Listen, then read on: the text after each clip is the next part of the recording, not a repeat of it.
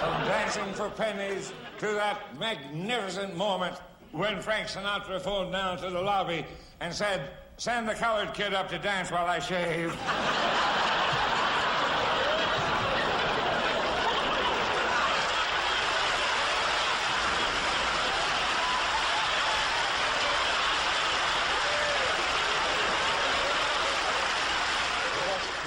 Is the trainer and bodybuilding genius who made the champ what he is today. Let's give a warm welcome to Foster Brooks.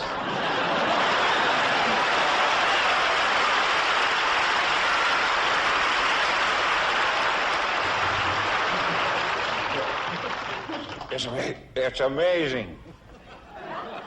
He's a fighter and you have the alcohol rub.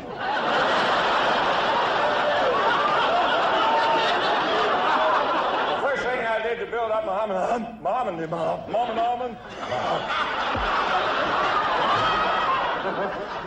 You know, it's this brown clown here. First thing I did was to change Muhammad's diet. He was eating collard greens. But that's what colored folks eat.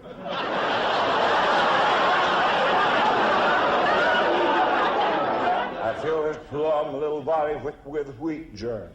And when I ran out of wheat germ, I gave him diseased wheat.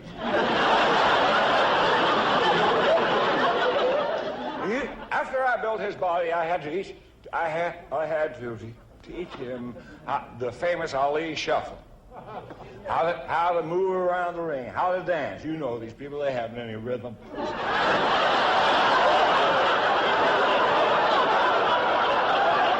Before I changed the champ into a super fighter he is today, he was a different man. He was young, inexperienced, a 97-pound weakling, and boy, that's one other thing. He was white.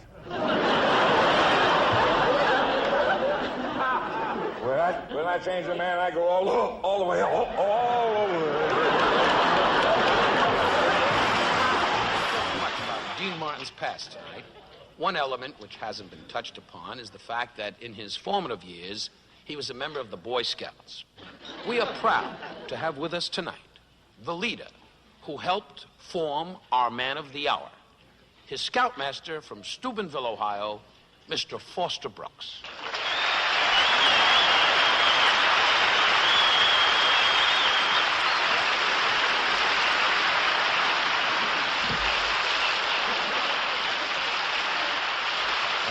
As this boring, bald buffoon just told you,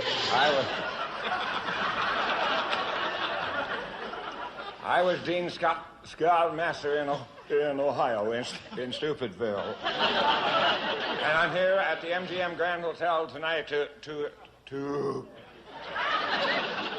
I'm here to salute.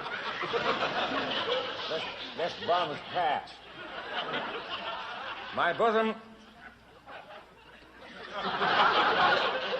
My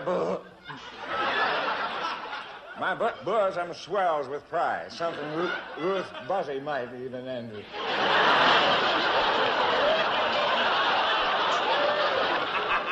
You may make it look. You may look. You may look at me and say, push thirst, tish, posh, tish.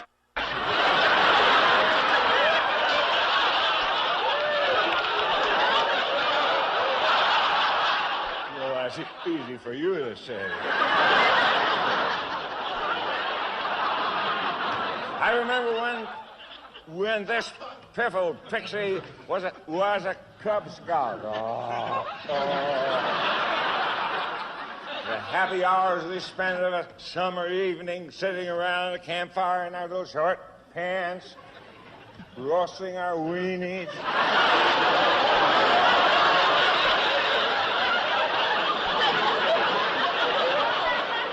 And, of course, warming our buns.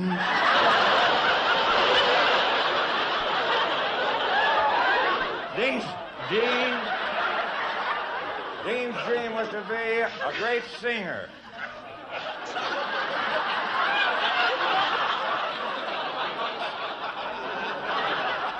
Mine was to be a great brain surgeon. I'm sorry your dream wasn't fulfilled. This Latin lout could have been a gifted surgeon. He was the first scout to perform an emergency vasectomy.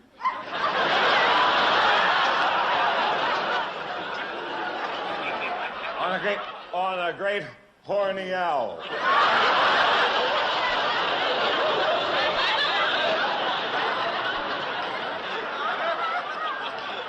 To this day, that owl is looking for you, Dean.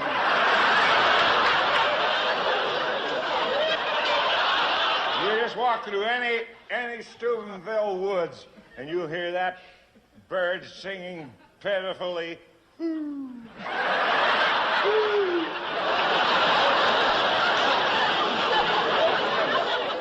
In conclude, as I leave you may ask why all these nice people on this dais have given of their time and traveled many miles to honor Dean Martin. As I said before, it's a dirty job, but somebody's got to do it.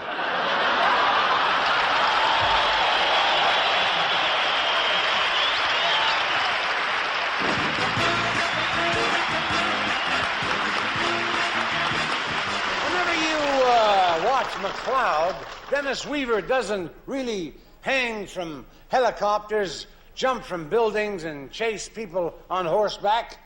He has a stuntman to do all those dangerous things. Ladies and gentlemen, here's Dennis Weaver's stuntman, a guy with real courage and nerves of steel, Mr. Foster Brooks.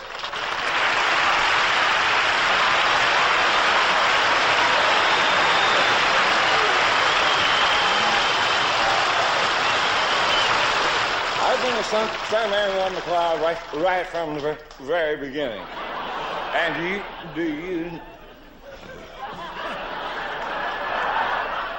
you know what? Why?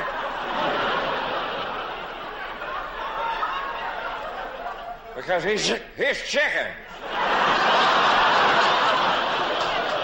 Now let me tell you a few things about the faint-hearted fuzz.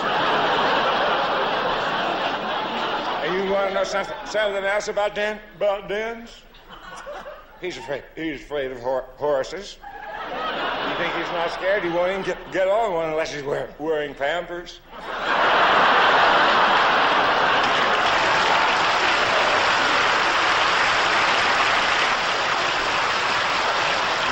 Do you want to know something else? You want to know something else about him that isn't even his voice? His real voice is extremely high-pitched. For a long time, he was known as Denise Weaver. One final bit of information regarding my job. As you know, the inadequate investigator here has three kids. That was my greatest stunt.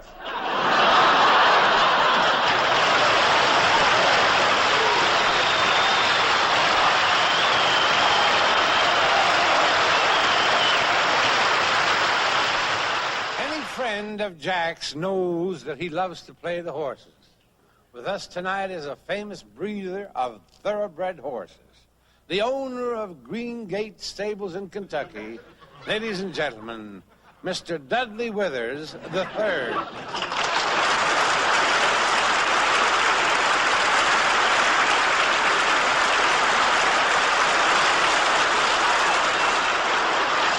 Jack Klugman finally got it in.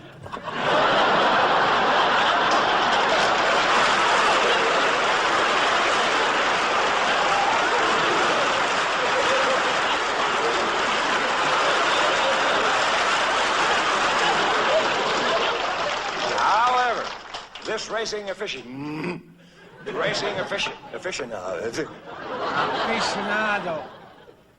It's easy for you to say. But this, what he said, could have been a great rider.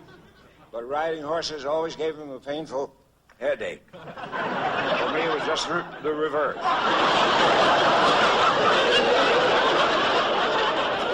Lately, Jack has been so busy with his play acting, I haven't been able to give him a report of our racing business. I have good news, and I have bad news. The good news is our six-year-old mare gave birth to a fine little colt. The bad news is she was in the starting gate at the time.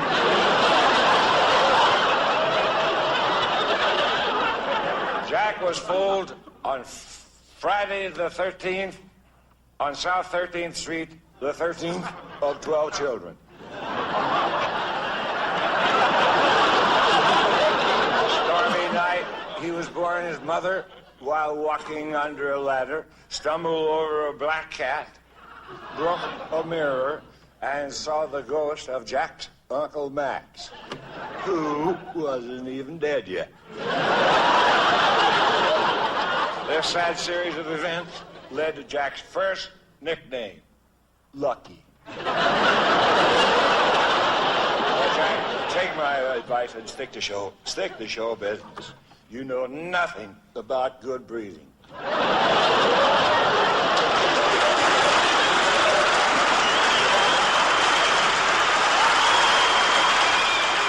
guest of honor had a glittering record in World War II. He was one of the few officers in the history of the Air Force to receive the Distinguished Service Medal for outstanding service to the United States, but he never could have achieved that honor without the help of a great fellow aviator who flew with him for 20 missions. As a surprise to Jimmy, that fabulous flyboy is here tonight. Ladies and gentlemen, please welcome Mr. Foster Brooks.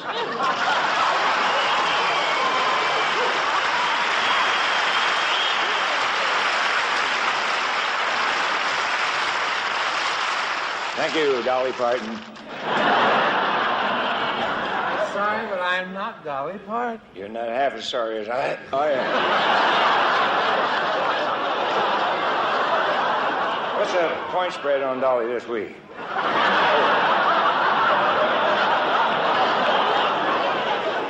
It's a real thrill for me to be here to pay tribute to my old flying buddy, Jimmy Stu. Jimmy Stu. The tall, skinny guy over here. I can still recall the day I first met you, Jimmy. It was at the air base in England. We were in a briefing room, walking around in our briefs.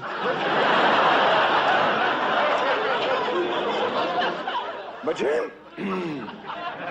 Jimmy and I became good buddies, and as two handsome young flyers, naturally we were surrounded by adoring service women. That's what I was born for, to service women. I remember Jimmy was dating a whack, a wave, and a waff, and I wound up with a woof. I always got the dog.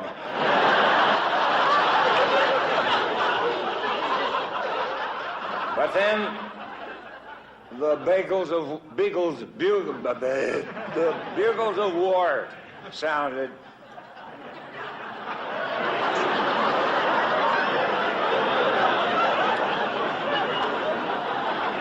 And on our first mission, Jimmy was the pilot and I was the navigator.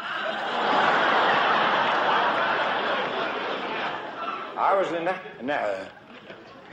the one with the SO road map. Using all my skills, I guided us to the target, and we bombed the heck out of it. Unfortunately, the aerial photographs showed that we wiped out Trenton, New Jersey.